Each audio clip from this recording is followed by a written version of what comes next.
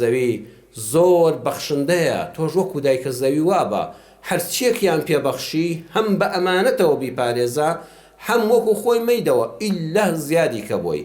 بۆیە دایک و باوک کە سیفاتی زەویان هەبێ بەردەوام شتی پاک و حەڵاڵ بۆ منداڵەکانیان کۆ دەکەنەوە، بە برسێتی و بە فەقیری و بە هەژاری لە دوای مردنی خۆیان جیان نایهڵن بە پشتیوانی خوای پەروەردگار. حکومەتی دڵسۆز وەکو دایکە زەوی وایە ئەگەر هاوڵاتیەکەی شتێک پێشکەشکە ئەو ئەوەندەی پێشکەش دەکاتەوە.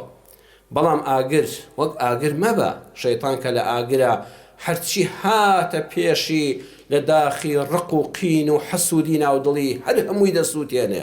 واللهی ڕێک زۆر جوانی فەرموو حاجی تۆفیقی پیرەمێرد، هەیە وەکو زەوی وایە هەشمانە وەکو ئاگر وایە سیفاتە شەیطانیەکانی هەیە، بەردەوام ناخی پڕە لە حقد و قین و غەرەز و بغز و حەسی و دوی هەرچی هاتە بەردەستی، هەرچی هاتە بەردەمی، هەرچی هاتە سەر زبانی هەمووی دەسووتێنێ.